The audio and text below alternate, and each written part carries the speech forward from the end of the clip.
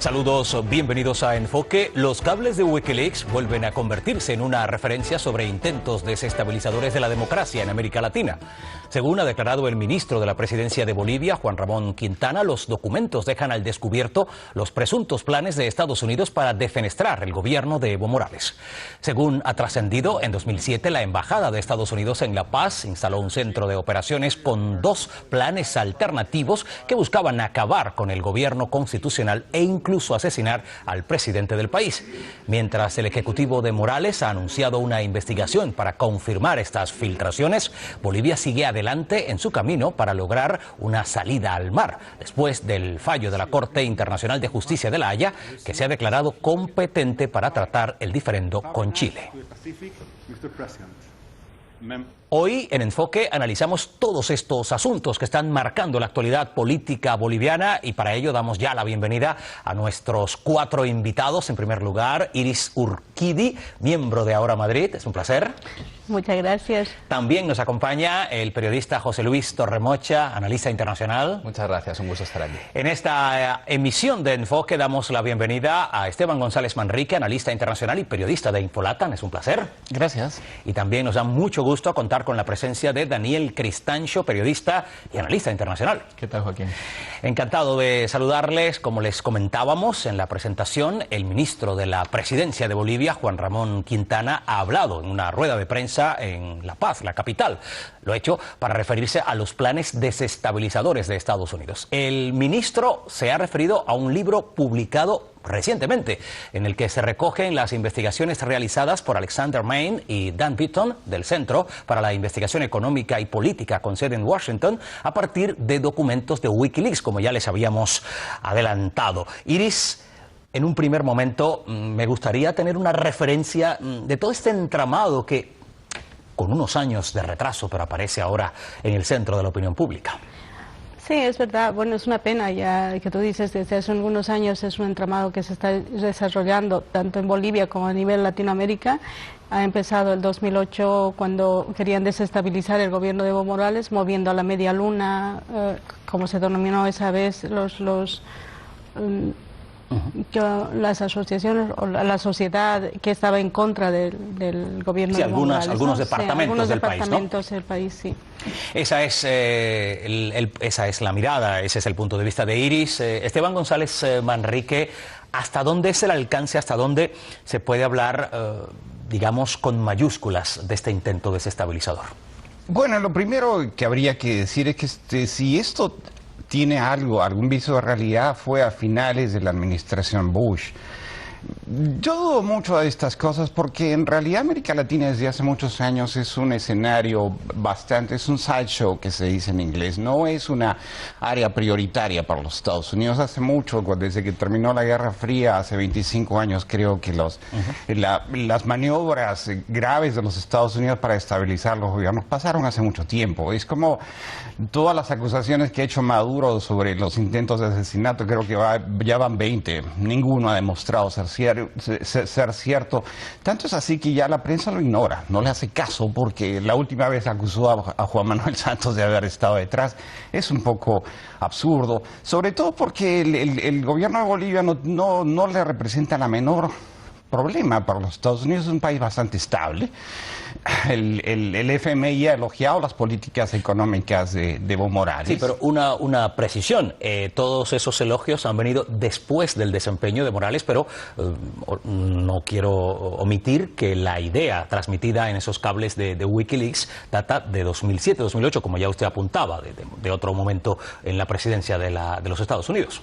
Sí, claro, ese es probablemente el gobierno de Bush fue un gobierno de extrema derecha para los patrones que tiene Estados Unidos, pero incluso así yo creo que básicamente ha ignorado a América Latina en las últimas administraciones, precisamente porque Estados Unidos tiene demasiados problemas muy graves, sobre todo ahora en Irak, en Siria, y la América Latina no es una prioridad para la política exterior norteamericana porque somos una zona estable, básicamente. Bueno, hemos escuchado ahora mismo el punto de vista de Esteban. Me gustaría, José Luis, sobre todo teniendo una referencia, el título del libro que ha sido publicado recientemente, Wikileaks, el mundo según el imperio estadounidense.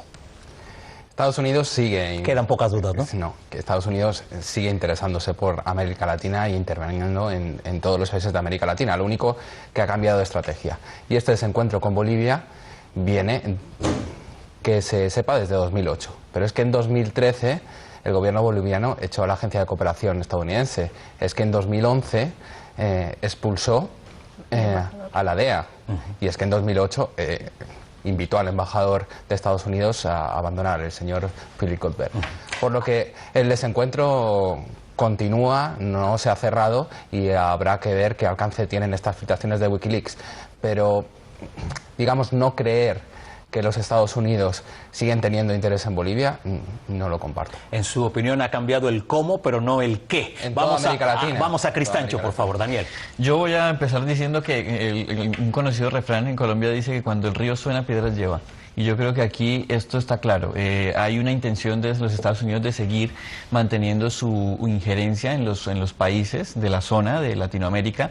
Esto me remite a mí, incluso me inquieta, porque quizá los métodos que se usaron durante la Guerra Fría no han desaparecido del todo, y eso me lleva pues a pensar que, como bien decía José Luis, los métodos han cambiado, pero probablemente el interés que demuestran los Estados Unidos sigue siendo el mismo, y está claro que hay fichas en el ajedrez latinoamericano que a los Estados Unidos le gustaría seguir poniendo y no puede, por alguna otra razón no puede.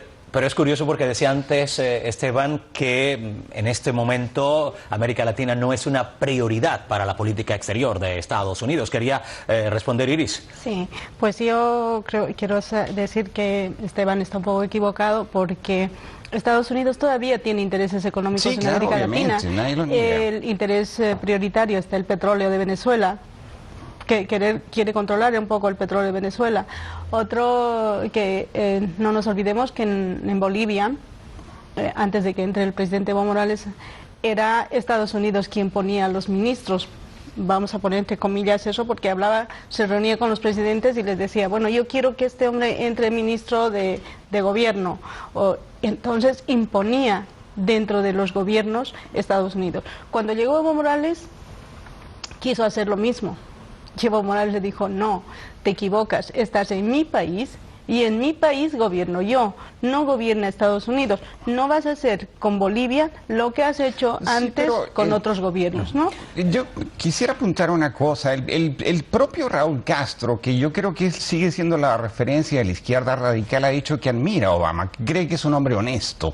O sea, ha cambiado mucho las cosas. El propio presidente de la patronal de Bolivia ha dicho que Bolivia está viviendo los mejores momentos de su historia, cosa que yo creo también. O sea, Evo Morales ha hecho un discurso izquierdista de boca para afuera, pero ha tenido una disciplina económica que incluso el Fondo Monetario Internacional le ha halagado. Yo creo que este discurso antiimperialista está demasiado obsoleto, ya no obedece a las circunstancias. Te recordaré que no tenemos relaciones diplomáticas con Estados Unidos. No, lo que no hay es un embajador, pero hay una embajada, ¿no? Hay una embajada, pero no hay un embajador. Al no haber un embajador, pero eso no significa que no haya relaciones diplomáticas. Pero tampoco significa que no hay intromisión de Estados Unidos, que aún quiere mantener el control dentro de América Latina, quiere mantener el control de Estados Unidos, no quiere perder ese control. No te olvides que hemos sido siempre, América Latina, el patio trasero de Estados Unidos. Tenemos magníficas relaciones los peruanos con Estados Unidos, Chile, Colombia, México, que son los países que acaban de firmar el Tratado Transpacífico. Que permiten que Estados Unidos meta tropas a esos países. El primer cliente del petróleo venezolano son los Estados Unidos. Sí. Además les pagan al contado, ¿ok? Porque las refinerías que procesan el petróleo venezolano están... ¿Quedarse con ello? No, poner para nada. Poner un gobierno que sea dócil, que sea manejable y que ceda a los pedidos de Estados Unidos como lo que han hecho. Gobiernan Venezuela desde el año 98, o sea, no se ha destabilizado nada. En la medida en que Venezuela venda petróleo a los Estados Unidos, a ellos no les interesa otra cosa. Bueno, sin pretender cortar el debate, y evidentemente a lo largo de este análisis van a aflorar ejemplos de otros países latinoamericanos, pero me gustaría centrarnos en Bolivia. Y ya que Iris hace algunos minutos traía a colación el tema de de ese inicio de las fricciones, habría que hacer, me parece justo, hacer un poco de historia, sobre todo para los telespectadores que han empezado a seguirnos en un tiempo más reciente. Sería oportuno recordar, por ejemplo, que a finales de 2005 Evo Morales gana las elecciones presidenciales y el 3 de enero de 2006, apenas 2 días después de su juramento, recibe al entonces embajador estadounidense David Greenlee, que, bueno, por cierto, como era habitual, decía usted, Iris, le explica la visión de futuro que tiene el gobierno de Estados Unidos para Bolivia. En esa visión, evidentemente, pues se habla de la asistencia multilateral al país sudamericano, se habla de la buena conducta, entre comillas, del gobierno de Evo Morales, y a esas alturas del partido cabría preguntarse cómo entender eso que el entonces embajador de Estados Unidos denominaba a José Luis buena conducta, buen comportamiento de un gobierno. Era lo que tocaba en el ámbito diplomático, pero pronto se dio cuenta Estados Unidos, que ya lo sabía antes, porque según hemos sabido en este tiempo actual, por las filtraciones de Snowden, Wikileaks, los Estados Unidos siguen influyen no solo en América Latina, sino en el resto del mundo, y sabían las intenciones de Evo Morales. En ese primer episodio se llama el encuentro por mero protocolo, pero a continuación, como ha pasado en todos los países de signo progresista o de izquierdas, salvando el caso de Chile, si se puede considerar así, le desarrollaron una campaña desde lo interno, como lo han revelado los papeles de Wikileaks, de financiamiento de la oposición a través de ONGs, que ha llevado a este desencuentro, como ha sucedido, por cierto, en Venezuela y en otros países, según estas filtraciones. Habrá que ver la idea de magnicidio. Yo eso no lo tengo tan claro. Tendremos que ver nuevas filtraciones, ser conscientes de ello, para ver si había un plan de esta índole. Bueno, realmente, a propósito de esos documentos que han sido destapados, documentos de Wikileaks, se habla de la respuesta en ese momento de Evo Morales al pedido de las autoridades o del embajador estadounidense. Evo en aquellos años pues es consecuente con el programa que llevaba en campaña, el programa electoral, de mantener una serie de cosas para el país, de mantener además una relación concretamente con Hugo Chávez en aquellos años con Venezuela. Profundamente reformista. Eso es. Y parece que eso no sentó nada bien a Estados Unidos. Vinieron aquellos intentos, primero, de presión con aquello de que Estados Unidos pues está aportando a instituciones financieras internacionales como el Banco Mundial, como el FMI, y que se le podría cerrar el grifo, se le podría acabar el crédito a Bolivia. Pero la respuesta de Evo fue siempre, al parecer, bastante erguida en ese sentido, y es cuando comienza Cristancho, no sé su visión cuál es, pero es cuando parece ser que dice, bueno, ya no hay por dónde, no hay como presionar en lo económico, pues vamos entonces a apoyar a los movimientos en cierta medida subversivos que hay dentro del país, que es cuando aparece esa media luna, ¿no?, que decía usted, sí, Cristancho. Sí, se dice incluso que si hubo injerencia, la injerencia, digamos que entabló relaciones directas con la oposición, que eran los departamentos que siempre han estado un poco en contra de Evo Morales, ¿no?, que han liderado la oposición. De todas maneras, aquí lo que se discute no es que Estados Unidos sea o no un aliado. Yo soy de los partidarios de que Estados Unidos tiene que ser un aliado de Latinoamérica, porque la región y el desarrollo de la región no puede entenderse sin los Estados Unidos. El problema es cómo va a seguir siendo esa relación. En este caso está saliendo a flote lo peor de ese tipo de injerencia, de política exterior, que tiene que verdaderamente reformularse, porque lo decía yo al principio, ya no estamos en Guerra Fría, estamos en otro contexto y hay que empezar a emplear otro tipo de políticas. El propio Estados Unidos lo está demostrando cuando ha quitado el hielo a las relaciones con Cuba y está intentando otra manera de hacer las cosas, de otra manera de relacionarse con el continente. Esteban, te veo ahí analizando un poco.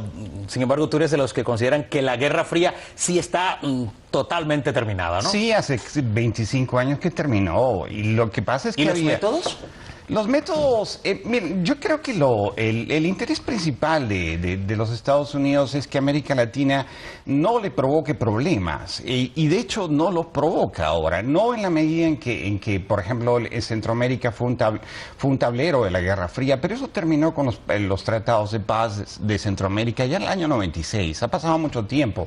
Bolivia en este momento es un país que crece, es un país estable, es un país que tiene una magnífica relación con el sector sector privado. Lo único que ha nacionalizado el Evo Morales ha sido el sector energético, que además tampoco era americano, era español y brasileño. Entonces no le representa ningún problema. Además, Bolivia es un país de 10 millones de habitantes. No significa, para Estados Unidos es absolutamente marginal la importancia que tiene. No creo que ¿para qué le va a interesar desestabilizar a un presidente tan popular como es Evo Morales? Aparte, Evo Morales probablemente va a gobernar hasta el año 2025. Bolivia ha tenido más presidentes que años de independencia. Para Estados Unidos es un gran beneficio tener a Evo Morales como presidente de Bolivia, porque ha dado a Bolivia estabilidad, crecimiento económico y perspectivas de futuro. Yo no veo cuál es el interés de Estados Unidos. No sé, Iris, cómo ve el hecho de que Estados Unidos podría verse en cierta medida beneficiado, entre comillas, ¿no? Para entender un poco con la presencia de Morales y un equipo de esa naturaleza al frente del país. Bueno, para empezar, estoy en desacuerdo un poco con el compañero porque dice que Estados Unidos no tiene ninguna intención. No nos olvidemos que Estados Unidos ha sido el que siempre ha financiado golpes de Estado en América Latina. Eso era antes. Y ahora está financiando la desestabilización. Claro, ha cambiado la táctica, ha cambiado los métodos. Ahora está poniendo bases militares de a poco en Perú. Hace un mes y medio o 2 meses han puesto una base militar con Rafael Correa retiró la base. En Colombia también hay bases militares norteamericanas. ¿Cuál es el propósito de que Estados Unidos ponga bases militares si no tiene ningún interés en América Latina? ¿Cuál es el propósito? Yo, en ese sentido, te pregunto, ¿qué interés tiene de poner bases militares en América Latina si no le interesa? ¿Cuál es el propósito de Estados Unidos de estar controlando América Latina y amedrentando? Porque es una manera de amedrentar poniendo bases militares. Han entrado 2.000 o 3.000 soldados hace poco a Perú, sin mal no recuerdo, y a Colombia también. No, mira tú en la prensa. La prensa ha sacado que en Perú están las bases militares. El Pentágono tiene un comando para América Latina. Ahora es verdad que Bolivia está creciendo económicamente. Es verdad que Bolivia no puede ser de algún interés ahora a Estados Unidos, porque Bolivia tiene el apoyo de la mayor parte de los países de Sudamérica. Hemos hecho una piña, por así decirte, en Sudamérica en contra de Estados Unidos. En esa piña no entra Perú, no entra Chile, no entra Colombia. ¿Por qué? Tampoco porque están México en Centroamérica. Bueno, en Centroamérica y ahora Cuba va a ser un país de los mejores amigos que tiene Estados Unidos. Entonces, ahora mismo a Estados Unidos no le convendría estratégicamente atacar directamente a ningún país. No lo está haciendo directamente, pero lo está haciendo de manera muy suave. ¿Con qué propósito? Son golpes suaves que están haciendo. ¿Con qué propósito? De seguir controlándonos, de seguir controlando América Latina, de seguir teniendo el control sobre nuestros gobiernos, sobre nuestras decisiones, que eso es lo que hacía antes. Vamos a enterarnos precisamente de cuál es el punto de vista de una persona muy mencionada a lo largo de este debate, nada más y nada menos que el propio presidente de Bolivia, Evo Morales. Hemos estado escuchando opiniones de esa relación actual, de la relación en años precedentes de los sucesivos gobiernos estadounidenses con las distintas administraciones latinoamericanas.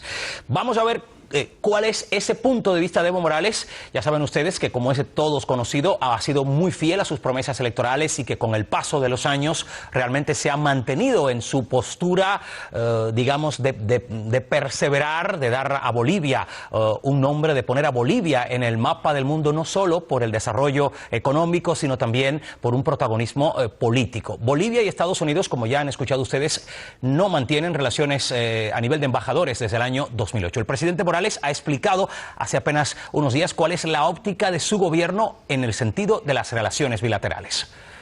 Nosotros intentamos tener mejores relaciones, inclusive nuestro canciller ha pedido que mejore un contacto con el presidente Obama, pero creo que no nos quiere, entendemos, tampoco es deseable, definitivo la presencia de Estados Unidos en nuestras relaciones diplomáticas.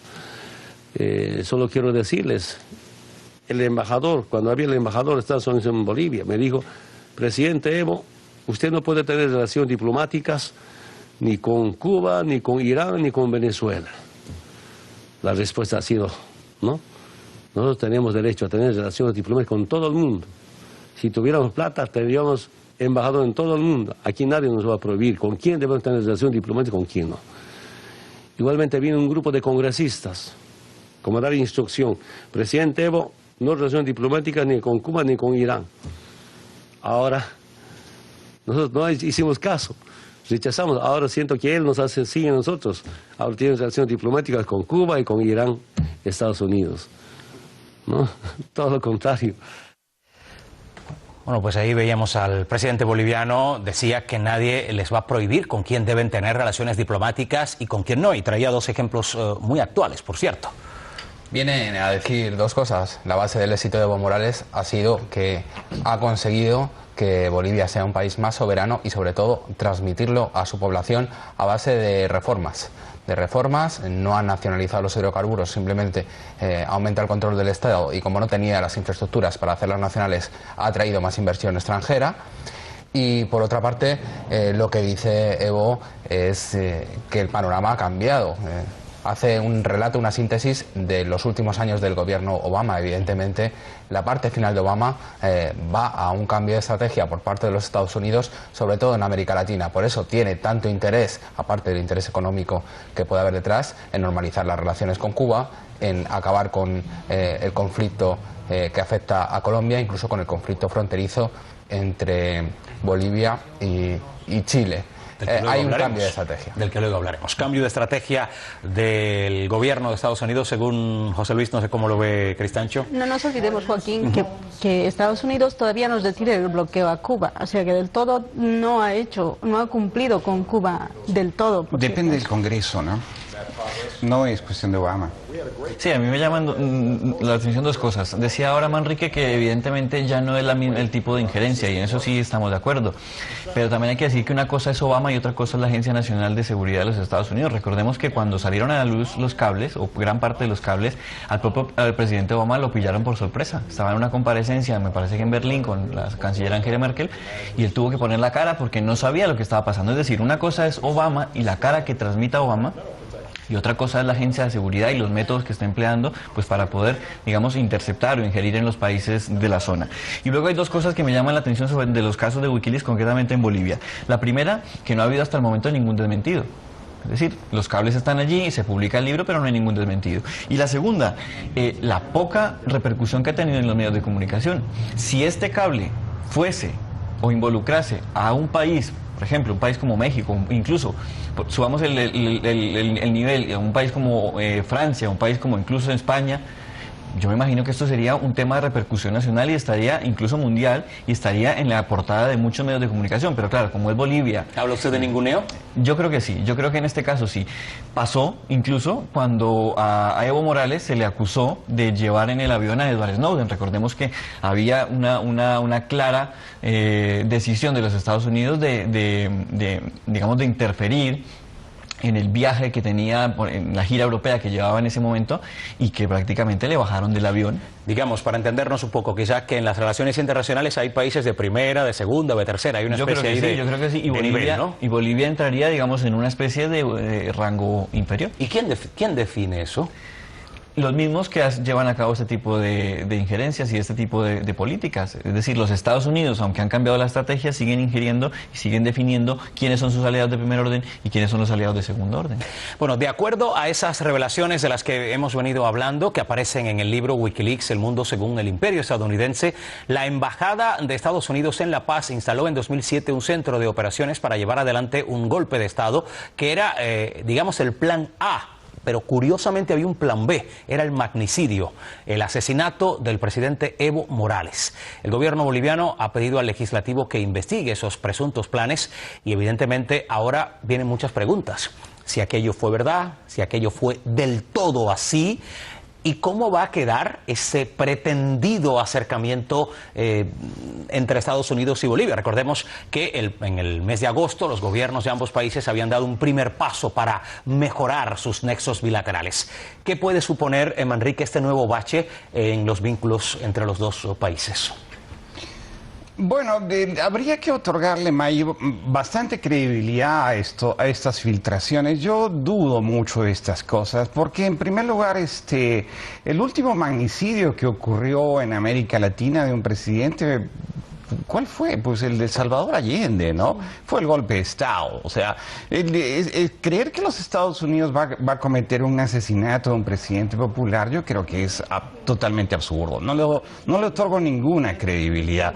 Porque, en primer lugar, en la medida en que los pueblos de América Latina estén gobernados democráticamente por presidentes elegidos, creo que es el mayor interés de los Estados Unidos que esto se mantenga así. Este discurso antiimperialista, yo creo que ya está tan anticuado, porque en este momento ha ido la presidenta Dilma Rousseff, que se negó a hacer una visita de Estado por el asunto del espionaje, y ha sido recibida con los mayores honores por el presidente Obama. Los Estados Unidos tienen en América Latina un gran mercado y un bloque de países que es realmente beneficioso para los Estados Unidos tener unas relaciones cordiales, fluidas y mutuamente beneficiosas. Creo que es un asunto de sentido común y el que lo ha demostrado es Cuba, ¿no? Iris. Pues yo creo que discrepo mucho con lo que dice el compañero, porque no es que Estados Unidos no tenga ningún interés, que le estamos banalizando la actitud de Estados Unidos, por mi parte de ninguna manera. Es que se ha demostrado a lo largo del tiempo que Estados Unidos en muchos gobiernos ha tenido, en la mayor parte de los golpes de Estado que ha sufrido América Latina, los países de América Latina, financiados, pero eso fue la Guerra Fría, yo no lo niego, financiados por Estados Unidos. Eso pasó hace mucho tiempo. Este atentado que iba a atentar contra la vida de Evo Morales estaba financiado por el gobierno de Estados Unidos. No lo creo. Y Sí, estaba metido ahí el embajador Philip Goldberg, que se había reunido en secreto con el prefecto de Santa Cruz. En Bolivia ha empezado desestabilizando por la media luna, Santa Cruz, Pando, Beni y Tarija. Ha desestabilizado en esa época porque no quería, o sea, como no podía ingerir de otra manera, ha empezado comprando a la gente de la derecha para desestabilizar el gobierno por todos esos departamentos que no eran en su mayoría indígenas, como decían, que aprovechó eso, porque si la mayoría de esos departamentos hubiera tenido también la mayoría de indígenas como lo ha tenido, como tiene La Paz, Oruro y Cochabamba, yo creo que no habría sucedido eso, pero como no es así, ha logrado ingerir por ese lado.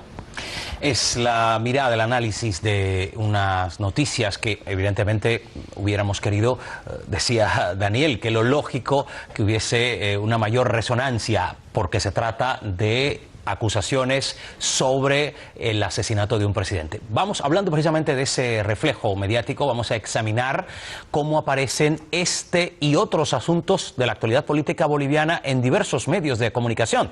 Eso quiere decir que los siguientes minutos vamos a dedicarlos a nuestro enfoque de prensa.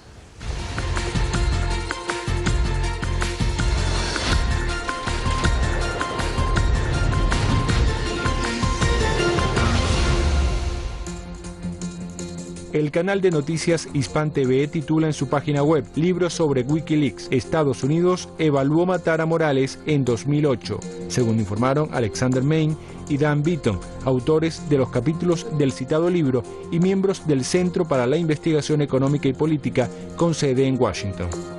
El canal de noticias Russia Today también se hace eco de la misma información y titula: Wikileaks, la estrategia de Estados Unidos para Sudamérica contempla golpes de Estado o magnicidios. En la nota detalla posteriormente que la estrategia de la política exterior de Estados Unidos incluye un plan detallado para derrocar los gobiernos electos de los países latinoamericanos que se oponen al establecimiento de regímenes neoliberales en Sudamérica. El diario digital chileno Cooperativa destaca en uno de sus titulares declaraciones del presidente boliviano Evo Morales en referencia al conflicto marítimo con ese país. No es casual la frase de Chile, por la fuerza o por la razón. El artículo desarrolla las declaraciones de Morales, que recuerda las agresiones por parte de Chile, citando como ejemplos la guerra contra la Confederación Perú-Boliviana entre 1836 y 1939, la Guerra del Pacífico entre 1879 y 1883 y el Tratado de 1904. La web de la Televisión Nacional de Chile señala las declaraciones del presidente boliviano Evo Morales sobre el juicio en La Haya. No queremos ganadores ni perdedores. El presidente Morales hizo mención en la ONU al conflicto marítimo con Chile y aseguró que tarde o temprano volveremos al Pacífico con soberanía. El diario español El Mundo titula: Evo Morales ve interés en Bachelet en dialogar sobre la demanda marítima. Más abajo destaca que ambos mandatarios se reunieron unos minutos en Nueva York durante la Asamblea General de las Naciones Unidas. El rotativo del país andino La Razón resalta en un titular que la cohesión boliviana sobre la causa marítima impacta en Chile. En el cuerpo de la noticia desarrolla que en Chile causó impacto y sorpresa la cohesión entre la sociedad civil y la clase política boliviana sobre el respaldo pleno a la demanda marítima instaurada en 2013 ante la Corte Internacional de Justicia. Sin embargo, aún se percibe un rechazo al diálogo. El portal digital Infobae.com titula: El canciller chileno Heraldo Muñoz defenderá a su país en la televisión boliviana. En la nota amplía que el canciller de Chile aceptó encantado la invitación del gobierno boliviano a una entrevista en el canal estatal de ese país para que exponga la posición chilena en la demanda marítima de La Paz ante la Corte Internacional de Justicia de La Haya. Bueno, como veíamos y también podíamos leer, varios titulares se centran en ese diferendo marítimo entre Bolivia y Chile. El Tribunal Internacional de Justicia de la ONU se ha declarado competente para admitir la demanda presentada por Bolivia contra Chile y en virtud de la cual La Paz, José Luis, espera recuperar la salida soberana al mar. Un asunto profundamente injusto ante el que nunca va a haber reparación. Desde 1903 que se estableció un tratado con las tropas chilenas y con un país derrotado, en este caso Bolivia, hasta ahora Chile se pudo hacer con esa región tan rica y por eso ha tenido un mayor desarrollo que Bolivia, aparte de negarle la salida al mar. Entre Pinochet y Banzer hubo un principio de acuerdo que fue torpedeado por Perú y de aquí pues llegamos al momento actual en el que La Paz ¿quiere buscar una salida al mar? Sí, pero yo creo sobre todo por el beneficio político que podría obtener Evo Morales por la cuestión simbólica de conseguir esa demanda justa. Porque evidentemente en esa zona tan rica de Chile no van a permitir los gobernantes chilenos cederlo a Bolivia de ninguna manera. Yo creo que se puede alcanzar un acuerdo, un enclave para que puedan salir los barcos, pero hagan lo que hagan, nunca van a poder reparar el daño que se le hizo a Bolivia. ¿Qué escenarios pudieran suscitarse una vez que se ha producido, Daniel, ese pronunciamiento de La Haya? Bueno, para empezar hay que decir también que recientemente ha habido dos fallos de la Corte Internacional de La Haya que digamos que de alguna manera le dan aire a Bolivia en esta negociación, ¿no? En el 2014 La Haya le ordenó a Chile devolver 50.000 kilómetros de mar al Perú, un antecedente importante, y luego el año pasado veíamos cómo también a Colombia se le ordenaba ceder un espacio marítimo a Nicaragua. Entonces Bolivia empieza a ver que, digamos que aunque no vaya a haber una decisión definitiva como lo quieren ellos, que es la soberanía de los puertos y del mar, probablemente la negociación pueda ir avanzando. La prueba está también que la Haya acaba de admitir el recurso, que ha dejado sin piso pues la reclamación de Chile y que probablemente esto pueda llegar a otra instancia en la que, como bien decía José Luis, haya una salida negociada o haya, digamos, un acuerdo final sobre un corredor que dé salida a Bolivia. Creo que el término además que utilizó José Luis técnicamente es el que se ha extendido más a nivel mundial, un enclave, digamos que a lo mejor no es una salida directa, sino que es un punto específico dentro de la geografía chilena. No sé si por ahí, Manrique, podría venir la solución. Bueno, el problema es que la demanda de Bolivia es una salida soberana, y es decir, una cesión territorial. El problema es que los límites de la frontera entre Chile y Bolivia están fijados por un tratado internacional de 1904 y varias décadas después de terminar la guerra con Chile. Yo soy peruano y tengo las mayores simpatías por la justicia, el reclamo de Bolivia, pero veo que Bolivia puede tener de su lado la justicia, pero no el derecho, porque hay un tratado internacional sobre el que la Corte Internacional de Justicia no puede pronunciarse. Lo mucho que puede hacer en esta nueva fase del proceso es que la Corte inste a Chile a negociar de buena fe. Pero esto es una cosa que va a ser solamente voluntariamente, no lo puedo obligar. El problema es que si Bolivia quisiera recuperar los territorios que perdió en la Guerra del Pacífico, tendría que partirse el territorio de Chile, cosa que no va a suceder. Va a ser, desde Eso su punto de vista, imposible. Iris. Bueno, no nos olvidemos que Bolivia recurre a la Corte Internacional de la Haya después de haber agotado todos los medios diplomáticos para llegar a un acuerdo bilateral. Al no encontrarse este acuerdo bilateral con Chile, es que Bolivia decide recurrir a la Haya. Pero decide recurrir a la Haya haciéndole recuerdo que Bolivia se ha comprometido en 1895, en 1920, en 1950, en 1975, en 2006, se ha comprometido a ceder a quitarle, o sea, a cederle terreno para... O sea, que no sea solamente yo quiero una salida soberana al mar, sino que también doy, a cambio de eso, pues doy parte del territorio actual de Bolivia. Estoy de acuerdo con lo que tú me propones y estoy de acuerdo con que no debes seguir en el estado mediterráneo en el que estás. Entonces, sí, estamos de acuerdo en cederte un terreno. Estamos de acuerdo en que dejes de ser un país mediterráneo. Eso es lo que le dice Chile en todos estos tratados. Entonces, lo que Bolivia está pidiendo mediante la Corte Internacional de la Haya es que se dé cumplimiento a estos tratados. Ya he leído los años, todos estos años es que Chile se ha comprometido, ha firmado memorándums, cartas, una serie de documentos en los que realmente se compromete a cederle un territorio para que ya no siga en la mediterraneidad. Había mucha expectativa, Manrique, con ese tema. No sé, su punto de vista. Ahora, es que el problema es que si hubiera un corredor, tendría que ser entre la frontera entre Perú y Chile. El problema es que Arica está muy pegada a la frontera con el Perú, solamente son 18 kilómetros.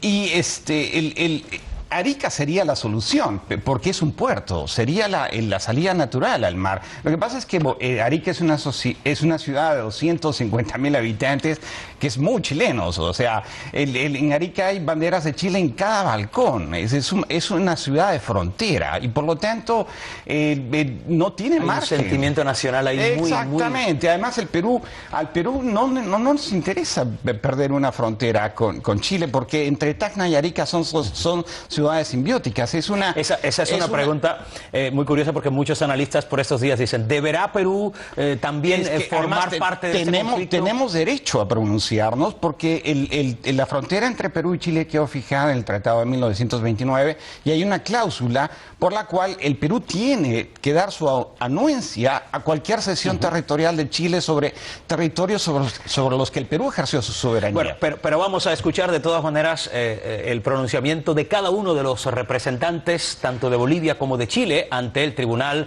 Internacional de Justicia. Desde el lado boliviano se ha hecho énfasis en que el fallo de la Corte no pone en riesgo la estabilidad de los límites y fronteras con Chile. Así lo ha explicado el embajador de Bolivia ante la Haya, Eduardo Rodríguez. No es un acto hostil hacia Chile, ni menos una actuación que ponga en duda o altere el sistema internacional de las fronteras. Estamos seguros que esta actuación, que continuará más adelante, nos llevará a un diálogo fructífero, un diálogo que tienda puentes y nos ayude a superar aquellos muros que todavía nos separan. Bolivia habla de insistir en el diálogo. ¿Y qué dice Chile? Atentos a Felipe Bulnes, representante chileno ante La Haya, que valora de este modo el fallo del Tribunal Internacional de Justicia de la Organización de Naciones Unidas. Y es que la petición boliviana ha quedado significativamente reducida, porque ya no estamos discutiendo del eventual derecho de Bolivia a una salida soberana, ni tampoco estamos discutiendo sobre la existencia de una obligación de conducta que tendría además sobre Chile la obligación de conceder un resultado, sino que sobre la existencia de una obligación o no una obligación de negociar sin que se pueda pronunciar la Corte o respecto a su contenido. Iris, ¿qué queda claro de la postura chilena? Pues Chile está convencido de que la Corte no tenía por qué meterse en esto, porque ellos dicen que, bueno, como acaba de decirlo, que no como decirte que Chile no admite que no había que llegar a la Corte, no admite que había que llegar a la Corte, porque no admite que hemos llegado a límites diplomáticos en los que no se podía ya negociar. Esa es la mirada chilena, José Luis. Chile, quien conozca el país sabe que este tema genera bastante controversia y levanta muchos sentimientos nacionales, aunque están aminorando. Creo recordar que el año pasado Evo Morales, en su visita a Santiago de Chile, fue agasajado por 5.000 chilenos. Pero de todas maneras, que reivindicaban la salida una cosa es cierta, y es que, según algunos analistas chilenos, el coste político para cualquier gobierno de Chile en una cesión de terreno sería indudable. Y César Manrique lo sabrá bastante bien, porque no solo es con Bolivia, también con Perú. Las guerras del Pacífico se han utilizado mucho políticamente a nivel interno en Chile, por eso Chile también tiene ese exagerado gasto militar. Yo insisto en que la salida tiene que ser comercial, con un tratado también con Perú. Ya hay algunos avances, los barcos bolivianos tienen precios preferenciales en Iquique, los camiones bolivianos pueden pasar fácilmente la frontera y por ahí se buscará la solución. Por una solución comercial, lo demás queda en el terreno de la política. Este es un asunto que levanta muchas emociones y todos los países implicados van a tratar de aprovecharlo políticamente, aunque Bolivia, por supuesto, tiene derecho a esa soberanía, pero nunca va a ser reparada del daño que le hicieron en 1904. Decía José Luis, todos los países que tienen algo que decir, y ya nos acordábamos evidentemente, Manrique, del Perú. Sí, claro, Bolivia ya tiene muchas facilidades aduaneras en el puerto de Hilo. De hecho, las instalaciones en Hilo se llaman Mar de Bolivia, y también en Iquique y en Arica. Esas facilidades aduaneras en cuestión de aranceles, en fin, se les ha dado todas las posibilidades a los bolivianos para que tengan una salida al Pacífico comercial. El problema sigue siendo la reivindicación de soberanía. O sea, lo que quiere Bolivia es... El problema lo ve usted en el apellido, no en la demanda, sino en la demanda de una salida soberana. Es ahí donde viene, ¿no? Que Bolivia pueda poner en una bandera, en una... Y diga, esto es territorio boliviano. Exactamente. Eso es lo que Chile no va a aceptar. No va a aceptar. No, y sobre todo que hablábamos de la repercusión que podría tener eso para cualquier gobierno chileno en caso de que se dé la cesión territorial. Pero del otro lado también lo miramos y decimos el impulso que sería para la figura de Evo Morales una eventual recuperación del terreno, pues sería impactante. Hay que recordar que ha sido una apuesta suya, una apuesta personal desde el principio, desde que llegó a la presidencia en el año 2006 de Bolivia. Él ha insistido en que la devolución tenía que hacerse efectiva y la salida soberana. De todas maneras, hay que dejar clara una cosa, y es que Bolivia no se opone al Tratado de 1904. Lo sigue reconociendo, en la demanda La Haya la sigue reconociendo. Lo que Bolivia reclama verdaderamente es otra manera de negociar, porque ha visto que los cauces diplomáticos, como bien decía Iris, se han agotado. Entonces hay que volver a plantear la negociación en otros términos, pues para llegar a una eventual o una posible salida territorial al mar. Bueno, está claro que la resolución del caso va a dar todavía mucho de qué hablar, Iris. Pues sí que va a dar mucho, pero yo quiero recordarle a Daniel que no es el tratado de 1904 el que está en tela de juicio, son los tratados posteriores. A lo largo de 70 años se ha ido prometiendo en diferentes tratados y convenios y pactos y de todo, sacar de la mediterraneidad a Bolivia. Entonces el Tratado de 1904 no entra en, claro, la Corte Internacional de la Haya, no se toma en cuenta el Tratado de 1904. Yo te digo es porque es la objeción que dice Chile.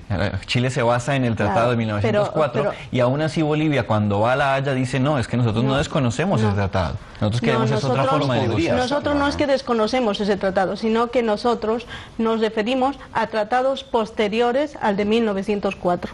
Tratados y convenios posteriores al de 1904 que sí se comprometen a sacar de la mediterraneidad a Bolivia y que se quedan en eso, en palabras, no se cumplen, ¿no? Año tras año, tratado más tratado, reuniones, abrazos y de todo, hasta los 13 puntos últimos que se ha tratado con Michelle Bachelet, entraba el tema marítimo, pero la última gestión que tuvo la Michelle Bachelet que se reunió con Evo Morales, desconoce ya ese punto, ya no lo quiere tocar. Entonces, es eso lo que nos lleva a la Corte Internacional de Justicia. Años y años de un problema y parece que años y años para una solución. Lo cierto es que la decisión del alto tribunal va a ser vinculante, si bien Bolivia dispone de libre tránsito de personas, de mercancías, también desde el Tratado de 1904, perdió un tiempo después el control del territorio en disputa. En estos momentos los costes de transporte son abonados, aunque no impuestos, y exporta también anualmente más de 1,6 millones de toneladas de materias primas, y eso a través de puertos chilenos. Pero, ¿de qué se habla concretamente? Bueno, pues el presidente Evo Morales ha valorado ahora la decisión de la Corte Internacional de Justicia de La Haya.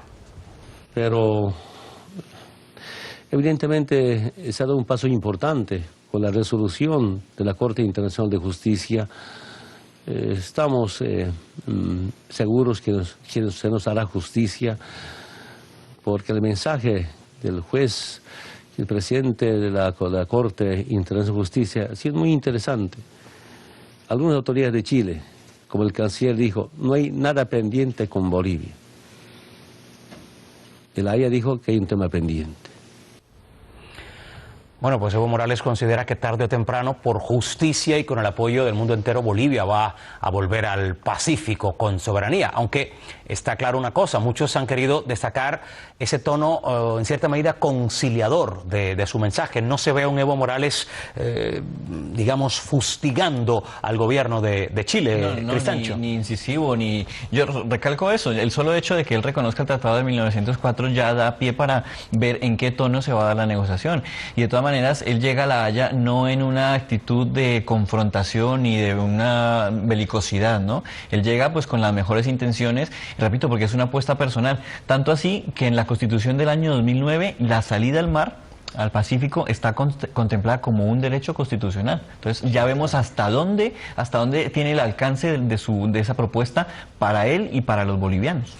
Bueno, pues quería José Luis apuntar algo que le he visto ahí con alguna precisión. Yo creo que Evo Morales hace lo que tiene que hacer, reclamar la soberanía del territorio, pero la Realpolitik va a decir y va a dictar otra cosa, yo creo que distinta, teniendo en cuenta además que esto es posible que llegue a los 4 años de prolongación hasta que se obtenga algún tipo de resolución al asunto este. Y por otra parte, Michelle Bachelet está sufriendo un momento de popularidad baja, muchas presiones a su derecha, y esto es una cosa que la ha estallado en las manos en este último periodo. Por eso yo creo que también ella ha cometido algunos errores que no los hubiese cometido años atrás, cuando tenía un escenario más favorable hacia su persona. Claro, lo que hay que tener en cuenta es que estos litigios fronterizos son muy largos, duran siglos realmente. O sea, las querellas judiciales, los procesos en las instancias internacionales de justicia son enormemente largos, se dilatan y los países los dilatan a propósito. Entonces, en Bolivia se utiliza esto con intenciones políticas. No es casual, por ejemplo, que el Congreso boliviano votara la ley de reelección de Evo Morales justamente después de producido el fallo de La Haya, que ha sido un éxito político. Entonces, bueno, de eso evidentemente ya más en clave interna vamos a hablar con Iris, pero hay un detalle, y es que recuerden ustedes que Bolivia en 2014 entregó una memoria a la Corte Internacional, al Tribunal Tribunal Internacional de Justicia de La Haya, una memoria en la que aparecen todas sus justificaciones, o sea, las relaciones hay una por una de sus pretensiones, por qué y cuándo. Y ahora tiene Chile que hacer una especie de contramemoria y han dado un plazo. Se habla de julio del año 2016, por ahí pudiera venir otro capítulo importante. Iris. Pues sí. Brevemente. Bueno, antes quería hacer alusión a algo que ha dicho José Luis sobre libre tránsito. Es que nosotros reclamamos una salida soberana al mar porque se ven limitadas nuestro libre de tránsito hacia los puertos del mar, del Océano Pacífico. Tanto es así que, voy a ser de acuerdo, durante la guerra del Chaco, que tuvimos con Paraguay, Bolivia quería meter armamento y no pudo meter armamento porque Chile, al controlar los puertos, no permitió. Luego, cuando hubo una reforma y quería meterse instrumental minero para trabajar en las minas, Chile no permitió la entrada de todos esos. Bueno, nos vamos a tener que quedar con muchas dudas porque estaba el asunto de la votación de la reelección, el asunto de esa contramemoria para el 2016. Voy a eso. La reelección de Evo Morales no va con esto, porque eso se ha metido lo dejamos en 2013, ahí, lo dejamos ahí. El 2013, lo dejamos ahí. Y lo que ahora se propone, ¿y sabe por qué, Iris? Le tengo que cortar porque lamentablemente se nos acaba el tiempo y entramos ya, eso sí, en los minutos finales y nos gustaría ahí una valoración de segundos prácticamente de esa política exterior de Bolivia con estos dos asuntos: relaciones con Estados Unidos, reclamo de una salida al mar. Voy a comenzar por Daniel Cristancho brevemente. Bolivia tiene que seguir haciendo lo que tiene que hacer, defendiendo sus derechos, y en el tema de los Wikileaks, pues evidentemente prender las alarmas porque estas cosas no pueden seguir ocurriendo. Periodismo en estado puro. Manrique, un titular. Bolivia lo está haciendo bien, está recurriendo a la justicia internacional, que es lo que debe seguir haciendo. Ahora no se puede esperar resultados rápidos. Vamos a tener que seguir esperando, José Luis. Bolivia es un país más que sufre injerencia de los Estados Unidos y en el caso fronterizo, Evo Morales cumple con su deber, pero se enfrenta a la realpolitik. Pues de eso vamos a tener que seguir hablando en otro programa brevemente para cerrar ya. Bueno, Bolivia lo que necesita es una salida soberana al mar y yo creo que con la interjección de La Haya lo vamos a lograr. Esa es la mirada optimista tanto de Iris como de muchos bolivianos. Lamentablemente tenemos que dejarlo aquí, se nos agota el tiempo, pero sí queríamos dar las gracias Daniel Cristancho, Esteban González Manrique, José Luis Torremocha y por supuesto Iris Urquidi por su participación hoy en el programa. A ustedes, los telespectadores, gracias también por acompañarnos en esta mirada en profundidad a temas que marcan el día a día de nuestros países de Iberoamérica. Como siempre, información, análisis, debate y todo con la intención de que se hagan ustedes su propio enfoque.